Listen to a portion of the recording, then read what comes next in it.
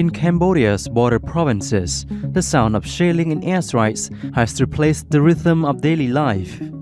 Families who once worked their fields and sent children to school now huddle beneath plastic tarps, clutching what little they could carry.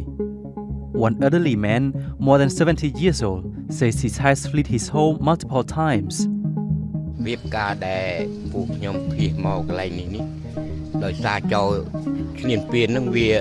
ផ្លោងក្របក្បែរភូមិខ្ញុំក៏ក្រឹកក្រែងទៅក៏ជាភូមិក៏ជលះជាជនដើម្បីកិច្ចពីក្របផ្លោងនឹងមកនៅអូមបិល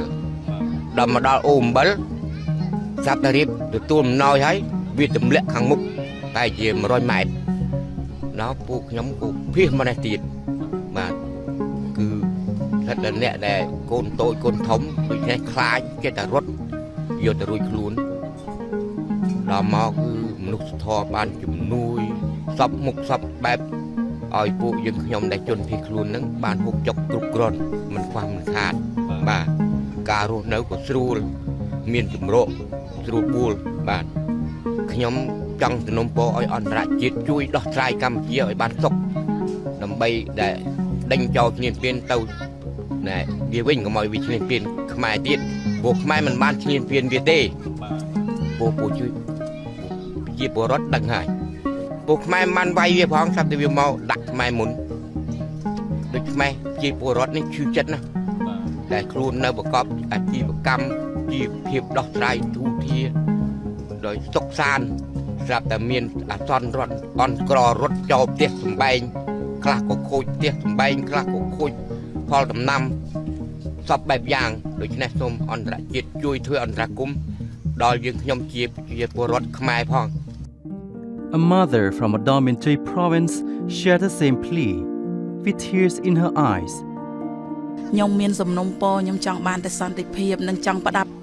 ទៅដល់ពិភពលោកថាខ្ញុំអត់ចង់នៅកន្លែងភេសកកន្លែងវត្តចឹងទេខ្ញុំចង់តែទៅផ្ទះវិញជួបជុំបងប្អូនខ្ញុំនៅផ្ទះ3នាក់ទៀតខ្ញុំអត់ចង់នៅវត្តទេកូនពងរៀនក្មួយកូនប្អូនថ្លៃនៅផ្ទះមួយទៀតពួកឲ្យគាត់មកនៅវាបាត់អីវ៉ាន់នៅផ្ទះអញ្ចឹងវាពិបាកហើយមកនេះពុកម៉ែចាស់គាត់ជិះម៉ូតូមកតាមហើយកូនខ្ញុំទូចទៀតក៏បានបងប្អូនតាមផ្លូវហ្នឹងដើម្បីចែកស្បៀងចែកអាហារតាមផ្លូវឲ្យមកដល់វត្តហ្នឹងក៏ខ្ញុំអរគុណដល់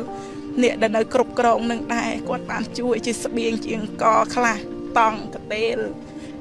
ឆ្នាំងដាំបាយស្លាបព្រាពួកខ្ញុំមកហ្នឹងអត់មានចានស្លាបព្រាទេខ្លះគាត់ខ្ញុំដូចខ្ញុំអីមកអត់មានកទេ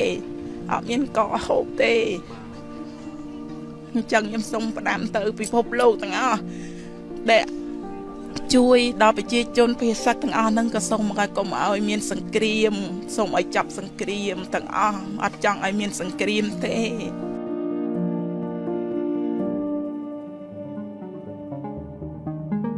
According to Cambodia's Ministry of National Defense, Thai military attacks have continued since December 7th, striking civilian areas as far as 70 kilometers inside the country. The toll is rising, 21 civilians dead, 83 injured, and more than 500,000 people displaced.